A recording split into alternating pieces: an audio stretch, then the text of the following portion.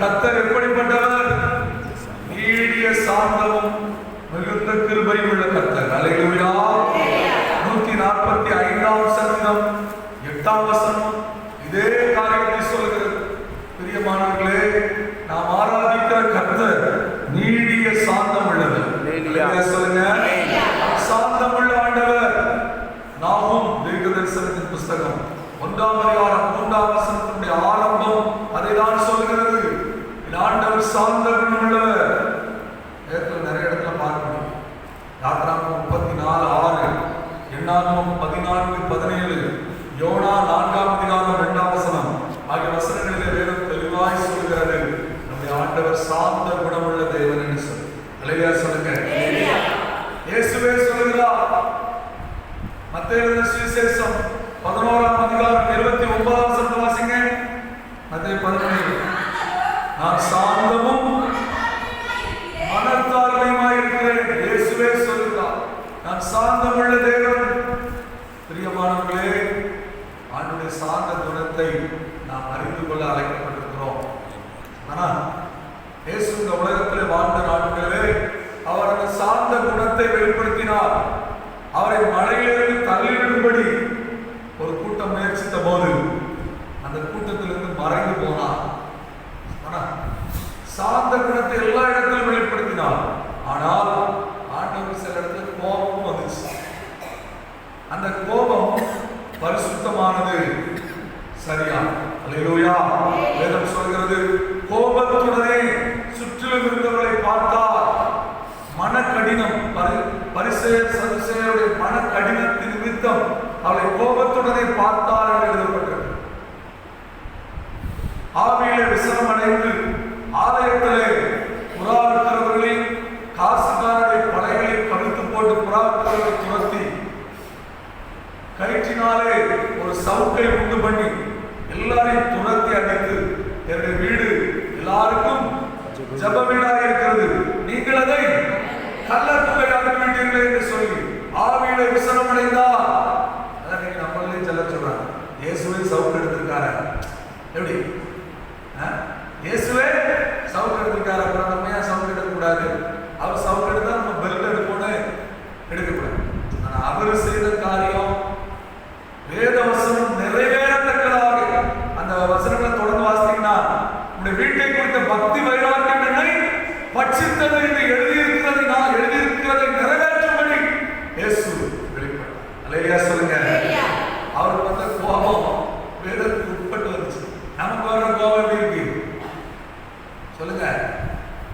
பயங்கரமா.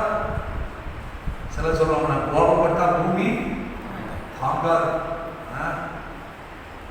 பிரியமானவர்களே, இன்னும் சில சொல்லுவாங்க, கோபம் கொண்டாலும் பாவம் செய்யாதவர்கள்.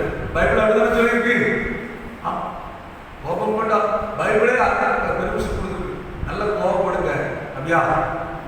பிரியமானவர்கள், மனுஷனுடைய கோபம் தேவனுடைய நீதியை நடப்பிக்க மாட்டார். கோபப்பட்டு ஒரு சிலருடைய கோபம் பல நாட்களாக சொல்லுவாங்க, இவனை மட்டும் நான் மன்னிக்கவே மாட்டேன், இதனால எனக்கு ரொம்ப கோபம் இருக்கு, சாகிற வரைக்கும் இருக்கும். என்ன பிரயோஜனம்? என்னத்தை கொண்டு போறாங்க? ஒரு கோபம் வருது, உடனே விட்டுறணும். பிரியமானவர்களே, இயேசுவின் சிந்தை நம்மிலே இருக்கிறது. அவர் சாந்தமுள்ள தேவன். அவர் தன்னுடைய சாந்தத்தை வேதத்தில் வெளிப்படுத்தினார். நெகேமியா 9:17 சொல்கிறது, நாம் தவறினோம், நாம் குற்றம் செய்தோம், ஆனால் கர்த்தரோ நீடிய சாந்தமுள்ளவராய் நம்மை கைவிடாதிருந்தார் என்று வேதம் சொல்கிறது. அவர் நம்ம எல்லாம் செஞ்சதுக்கு தக்க பதில் கொடுத்தாருங்களா? நம்ம மேல கோபப்பட்டாருன்னா நான்லாம் நிற்க முடியாது. இங்க உட்கார முடியுமா சொல்லுங்க? நல்ல ஜெபம் பண்றோம், பிரசங்கம் பண்றோம், எல்லாம் பண்றோம்.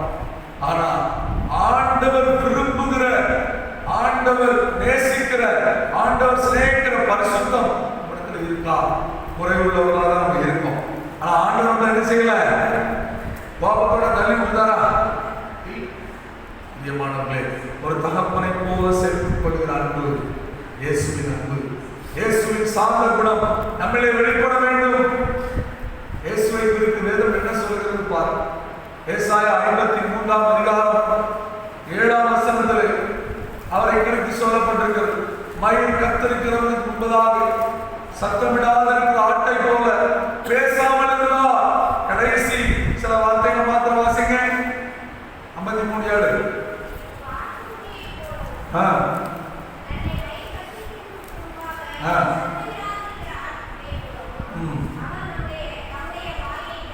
வாயை திறவாதிருந்தார். வாயை திறவாதிருந்தார். இன்னொரு வசனத்தை வாசிங்க. மத்தேயு 26ஆம் அதிகாரம் 63ஆம் வசனம். மத்தேயு 26:63 வாசிங்க. ஏலியா சொல்லுங்க. இயேசுவோ பேசாமல் இருந்தார். இந்த வார்த்தை நல்லா அண்டர்லைன் பண்ணி வச்சிருக்கு. இயேசு எப்படி இருந்தாரா? பேசாமல் இருந்தார். நம்ம நிறைய இடத்துல பேசாமல் இருந்தாலே ஆண்டவர் அற்புதம் செய்வார். அதான் சாலமோன் ஜெபம் பண்றாரு, ஆண்டவரே நான் எப்படி பேச, பேச வேண்டிய இடத்துல பேச. மூடனுக்கு அவன் மதியினத்தின்படி மறுமுத்திரவு கொடு, கொடாவிட்டால் அவன் தன் பார்வைக்கு ஞானவனாக இருப்பான். அப்படி ஒரு இடத்துல அப்படியே ஒரு வசனம் சொல்லுது. அதுக்கு அடுத்த வசனம், மூடனுக்கு அவன் மதியினத்தின்படி மறுமுத்திரவு கொடாதே. எந்த இடத்துல பேசணும், எந்த இடத்துல அமைதியா இருக்கணும்னு வேதத்துல மூலமா ஆண்டவர் கற்றுத்தார். இயேசுவோ பேசாமல் இருந்தார். ஏன் பேசாமல் இருந்தார்? அவர் பேசாமல் இருந்தாதான் அவர் வந்த நோக்கம் நிறைவேறும். அல்லேலூயா சொல்லுங்க. அவர் இந்த பூமிக்கு எதற்காக வந்தார்? இவ்வளவு பாடுகளையும் ஏற்றுக்கொண்டு நமக்காக அந்த கேட்டறிந்து வேதனையும்படி வந்தார். பல கேள்வி கணைகளை அவர் மேல தொடுத்தாங்க. அவரோ பேசாமல் இருந்தார். பிரியமானவர்களே, நிறைய இடத்துல நம்ம பேசாம இருந்தாலே ஆசீர்வாதம். வீட்டுக்காரர் கோபப்படும் போது நம்ம எப்படி இருக்கணும்? சில இடத்துல எப்படி இருக்கணும்? பேசாம. உனக்கு நான் சளைத்தவள் அல்ல அப்படின்னு நினைச்சே கூடாது. சில சொல்லுவாங்க, எங்க அப்பாவே என்னை ஏசினது கிடையாது, நீங்க என்ன என்ன எப்படி ஏசினீங்க சொல்லுவாங்கல்ல. இங்க சில சொல்லுவாங்க, எங்க அம்மாட்ட எங்க தாய் தப்பட்ட கூட நான் அப்படி ஏசினது கிடையாது, நீ என்ன இப்படி ஏசுறீங்க. பிரியமானவர்களே, குடும்பம் ஆண்டவர் கொடுத்த ஆசீர்வாதம். அல்லேலூயா சொல்லுங்க. இதுல கோப தாபங்களை இடம் கொடுத்து ஆண்டுடைய அன்பை விட்டுறக்கூடாது. கோபங்களை நெகிழ விடு, கோபத்தை விட்டு விடு. ஏதோ அப்படின்னு கற்றுத்தல்.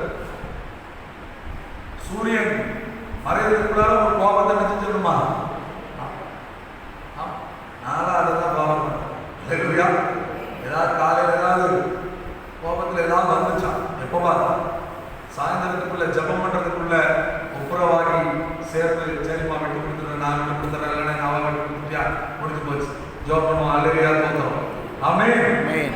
ஆமா, இது கிறிஸ்தவ அன்பு. ஆண்டவர் இதைதான் விரும்புகிறார். கோபத்தை கைவிட்டு விடுங்க. இயேசுவின் சிந்தை சாந்த குணம். பேசாமல் இருந்தார். பேசாம நம்ம சொல்றோம், சிலர் பேசாம இருந்தா நம்மளை முட்டாளாக்கிறவங்கள அப்படி இல்லை. கர்த்தருடைய சுபாவத்தை நீங்க உங்க வாழ்க்கையில கொண்டிருக்கும் போது இயேசு எப்படி வெற்றி பெற்றாரோ அதுதான் நீங்க வெற்றி பெறுவீங்க. அல்லேலூயா. இயேசு பேசாததுனால இயேசுவுக்கு தோல்வியா வெற்றியா? வெற்றி. சொல்லுங்க, வெற்றி. அவர் வந்த நோக்கம் நிறைவேறியது. பிரியமான தேவஜனமே, பேசாமல் இருந்தார்.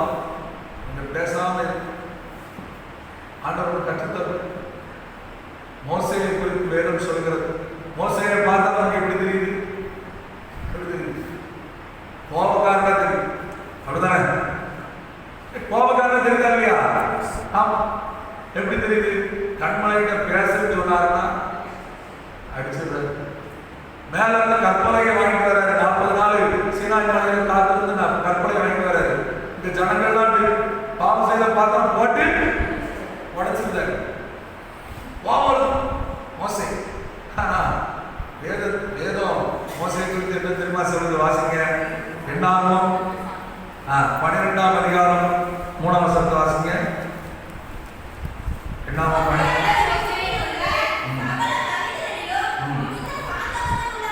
மிகுந்த சாந்த குணமுள்ளவனாயிருந்தான். யாரை காட்டிலும்? மோசே சகல ஜனங்களை காட்டிலும் சாந்த குணமுள்ளவன்.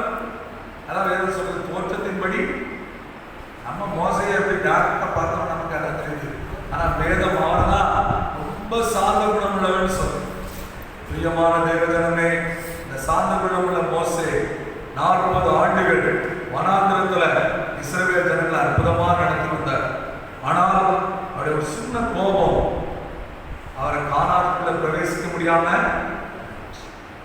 ஒரு பெரிய வேதனை பாத்தீங்க. நீ கானான பார்வை ஆண்டவருக்கு கூட்டு போய் காட்டுறாரு. என்னப்பா கானான் பாரு. ஆனா நீ பார்வை ஆனா உள்ள பிரவேசிக்க. பிரியமான தேவஜனமே, இயேசு சாந்த குணம் நம்மிடத்துல இருப்பதற்கு நம்மை நாமே தேவ சமூகத்தில் ஒப்புக்கொள்வோம். வேதத்துல சாந்த குணத்துக்கு கிடைக்கிற நன்மைகளை நம்ம பார்க்க போறோம்.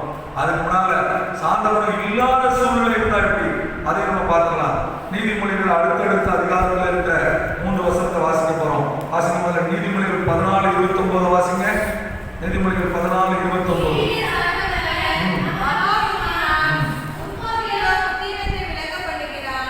முற்கோபியம். சில சொல்லுவாங்க திடீர்னு என்ன வந்துடும்? கோபம். ஆமா, திடீர் எப்போ கோபப்படுவாங்க? திடீர்னு கோபம் வந்துடும். முற்கோபியம் மதியினத்தை. மதியினம் என்னது? ஆமா, முட்டாள்தனம். அதான் சொல்றாங்க, சரியான வார்த்தை முட்டாள்தனம். முட்டாள்தனத்தை வெளிப்படுத்துகிறார். 14:29 அடுத்த வாசிங்க. 15 நீதிமொழிகள் 15:18.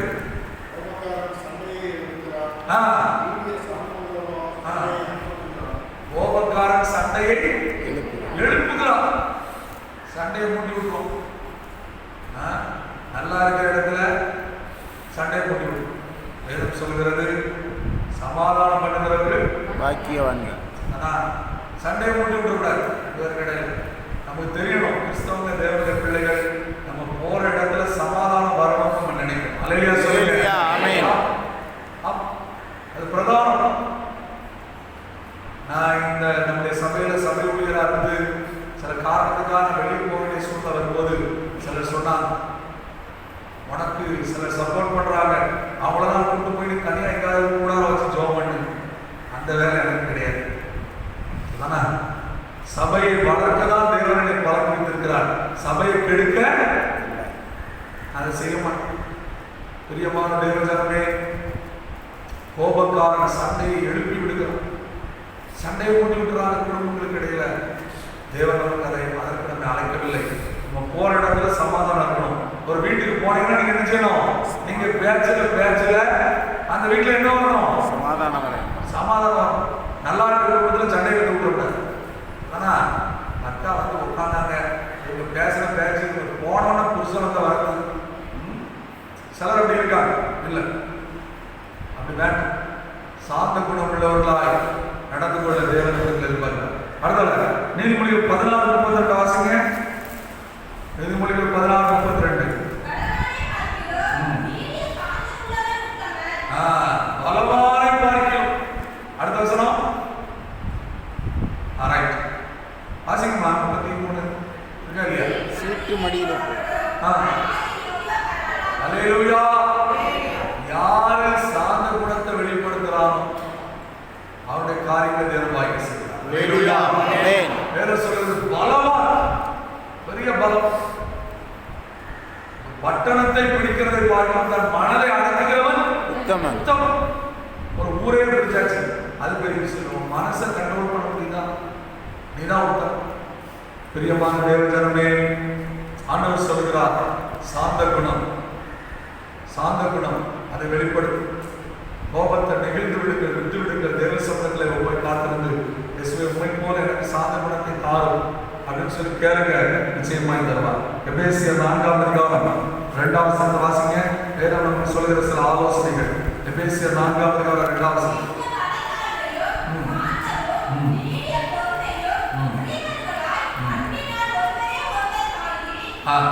போதும், நல்ல கவனிங்கம்மா. உங்கள்கிட்ட இருக்க வேண்டிய குணங்கள் என்னெல்லாம் அப்படின்னு வேதம் சொல்லுது. அதுல ஒண்ணு என்னது? நீடிய சாந்த குணம். சாந்த குணம் உங்கள்கிட்ட இருக்கணும். சாந்த குணத்தின் நிமித்தம் அன்பினாலே ஒருவர் தாங்க வேண்டும். ஆவின் கனி எத்தனை? 50. ஆமா, அப்படி சொல்லிடுறோம். ஆனா ஆவின் கனி சிங்குலர்ல தான் போடும். ஒரு கனி ஒவ்வொரு சுவை. அல்லேலூயா. ஆவின் கனிகளோ அப்படின்னு போடல, ஆவின் கனியோ அப்படிதான் போட்டிருக்கு. ஒரு கனிதான் 9 விதமான சுவைகளை கொடுக்கிறது. அதுல ஒன்று சாந்தம். அல்லேலூயா சொல்லுங்க. சாந்தம். பிரியமானவர்களே, சிலருக்கு பேரே சாந்தம்னு இருக்கு. சாந்தகுமார். அவரை மாதிரி கோபப்படுறதால அப்படி இருக்கு. நான் பார்த்து நினைச்சோம். சாந்தகுமார் ஒருத்தர் இருக்க, அவர் கோபப்பட்டாருன்னா இங்க சகோதரிகளுக்கு சாந்தா அப்படின்னு சாந்தத்தை தாத்தான் கேட்க வேண்டியது. பிரியமான தேவஜனமே, சிலர் வைக்கிற பேருக்கு அவங்களுக்கு சம்பந்தமே இல்லை. சம்பந்தம் இல்லைனா பரவாயில்ல, நீங்க என்ன செய்யுங்க, உங்களுக்கு பேர் இல்லைனா பரவாயில்ல, சாந்த குணமா இருக்கு. அல்லேலூயா சொல்லுங்க. அமைதியா இருக்கு, பேசாம இருக்கு. கர்த்தர் உங்களுக்காக கிரியை செய்வார். ஆனா பேச வேண்டிய இடத்துல என்ன செய்யணும்? பேச. இப்போ உங்களுக்கு பேச வேண்டிய இடம் இருக்கு.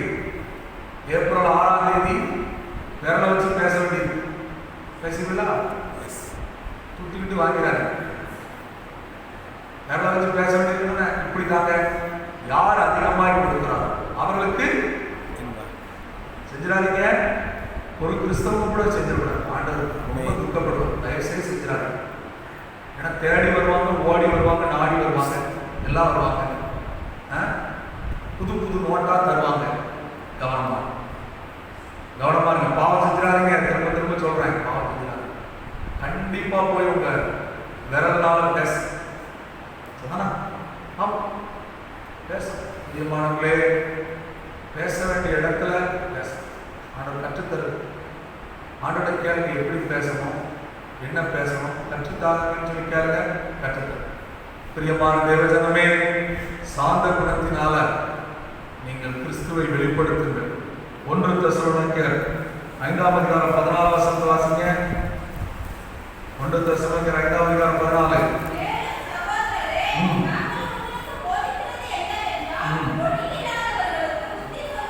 சரி வாசிங்க.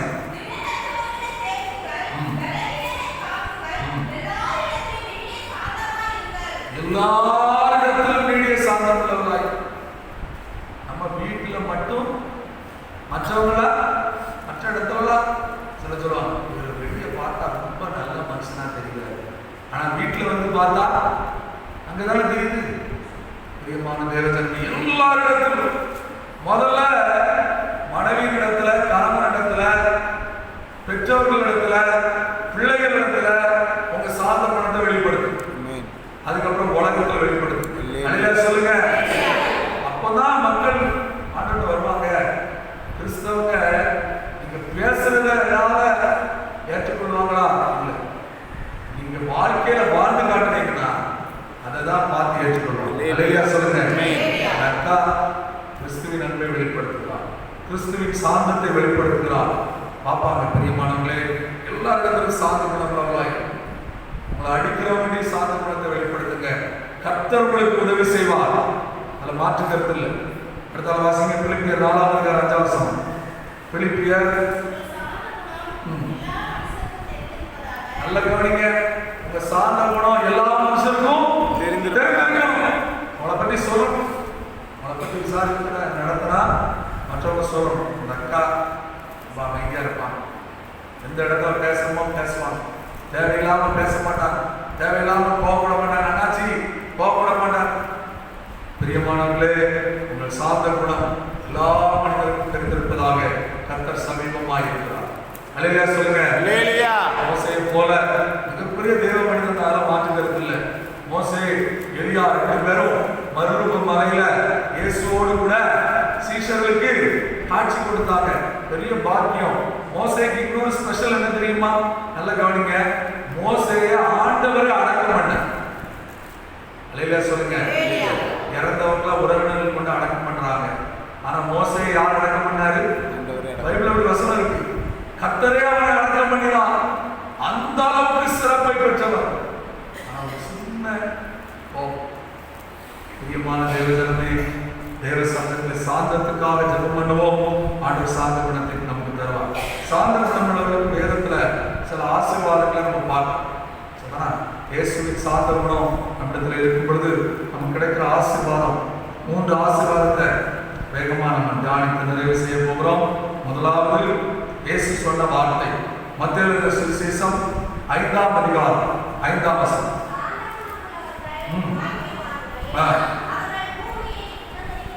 அல்லேலூயா. பாக்கியவான்கள் அப்படின்னு ஒரு லிஸ்ட் இருக்கு. ஆவியில் நெருங்கியுள்ளவர்கள் ஒவ்வொரு காரியமா சொல்லிட்டு இருக்காரு. அப்ப இயேசு சொல்லுகிறார் மத்தேயு 5:5 சாந்த குணம் உள்ளவர்கள் பாக்கியவான்கள், அவர்கள் பூமியை சுதந்தரித்துக் கொள்வார்கள். பிரியமானவர்களே, இந்த பூமியை நம்ம சுதந்தரித்துக் கொள்ள வேண்டிய அவசியம் இருக்காது. இருக்கு. பூமியை சுதந்தரித்துக் கொள்ளணும், நம்ம கூட இருக்கவங்களை சுதந்தரித்துக் கொள்ளணும், நம்முடைய வீட்டாரை சுதந்தரித்துக் கொள்ளணும். எப்போ? சாந்த குணமுள்ளவர்களாய் இருக்கிறோம். அல்லேலூயா. இதே காரியத்தை சங்கீதக்காரன் சொல்கிறார். 37ஆம் சங்கீதம் 11ஆம் வசனத்தை வாசிங்க. சங்கீதம் 37:11.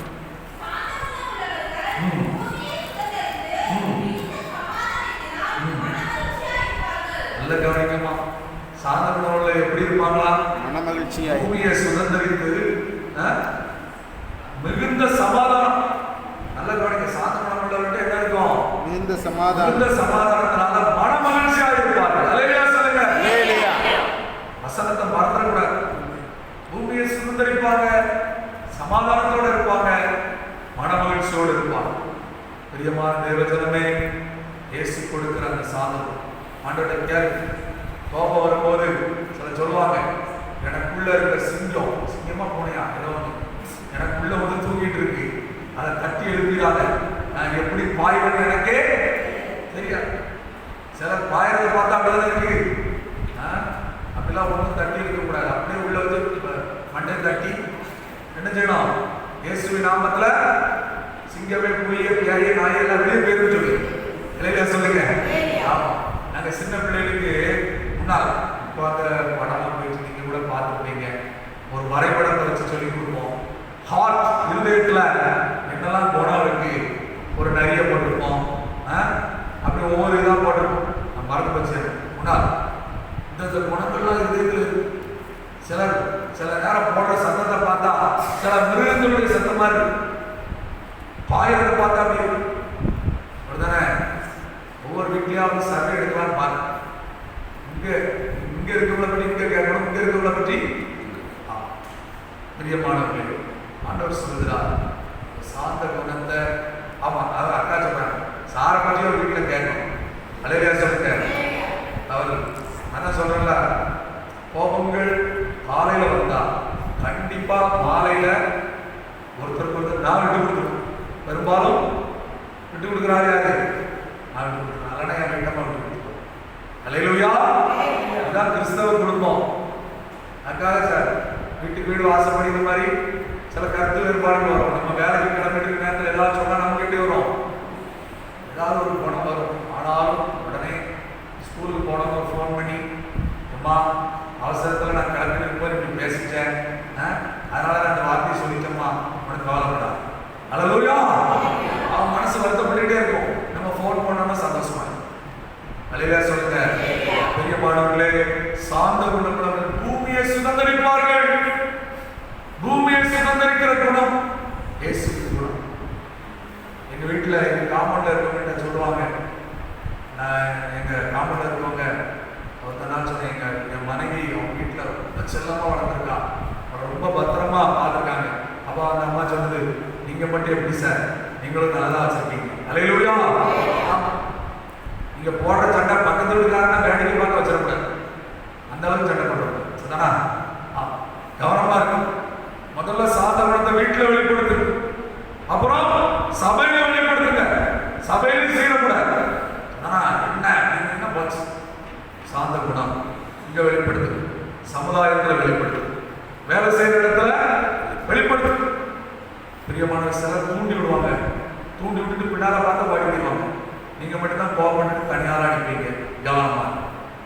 சாந்த குணமுள்ளவர்கள் பூமியை சுதந்திரித்துக் கொள்வார்கள், மிகுந்த சமாதானத்தினால் மனமகிழ்ச்சியாக இருப்பார்கள். இரண்டாவது சங்கீதம் 25:9. சங்கீதம் 25:9 வாசிங்க. எவ்வளவு பெரிய ஆசீர்வாதம் பாருங்க. சாந்த குணமுள்ளவர்கள் தமது வழிகளை போதிக்கிறார். யார் போதிப்பா? ஆண்டவர். ஆண்டவர் போதிப்பார். அல்லேலூயா சொல்லுங்க. கர்த்தர் போதிக்கிறார். வேதம் சொல்லுது, நான் உனக்கு போதித்து உங்களுக்கு போதிப்பார். நீங்க சாந்த குணமா இருந்தீங்கன்னா என்ன செய்யணும், எப்படி செய்யணும், கர்த்தர் உங்களுக்கு போதிப்பார். பிரியமானவர்களே, ஆண்டவர் உங்களுக்கு போதித்து வழிநடத்தினா அது மாதிரி ஆசீர்வாதம் ஒண்ணுமே இல்லை. அல்லேலூயா சொல்லுங்க. சோ தேவ சமூகத்துல சாந்த குணத்தை வெளிப்படுத்துங்க. ஆண்டவர் அனுதினமும் உங்களுக்கு போதிப்பார். வேதத்தின் வசனத்தின் மூலமா உங்களுக்கு போதிப்பார். ஊழியக்காரர்கள், கர்த்தருடைய உண்மையான ஊழியக்காரர்கள் மூலமா கர்த்தர் உங்களுக்கு போதிப்பார். அல்லேலூயா. ஆமென். போதிக்கிற கர்த்தர் யாருக்கு? சாந்த குணம் உள்ளவர்கள் கர்த்தர் போதிக்கிறார். பிரியமானவர்களே, மூன்றாவது ஒரு வசனத்தை வாசித்து ஜெபம் பண்ண போறோம். சங்கீதம் 22 சங்கீதம் 26 வசனத்தை வாசிங்க. சங்கீதம் 22:26. சாந்த குணமுள்ளவர்கள் நினைச்சுவார்களா? புசித்து திருப்தி அடைவார்கள். அல்லேலூயா சொல்லுங்க. சிலர் கோபப்பட்டுட்டு கோபம் எதுவும் சாப்பாடு சாப்பாடு சாப்பிடவே மாட்டேன். அது இந்த பிள்ளைகள் படுத்துற பாடம் தானே. பிள்ளைங்க நான் சாப்பிட மாட்டோம் அப்படின்னு போய் படுத்துக்குவோம். பெற்றோர் போய் செய்வாங்க, சரி பரவாயில்லப்பா வா வந்து சாப்பிடு, உன் காரியத்தை நான் செய்ய தாரான்னு சொல்லுவோம். சகோதரிமார்கள் கணவர்களை கோச்சிட்டு சாப்பிடாம இங்க இருந்து இங்கேயும் அப்படி இருக்கு. பிரியமானவர்களே, சொல்றது சாந்த குணப்பளவுக்கு இந்த பிரச்சனையே வராது. அல்லேலூயா. சாந்த குணப்பளவு நினைச்சவங்க சாப்பிட்டு திருப்தி அடைவார்கள். திருப்தியான சாப்பாடு. அல்லேலூயா சொல்லுங்க. அனுதினம் ஆண்டவருடைய ஆசீர்வாதம். அதான் அர்த்தம்.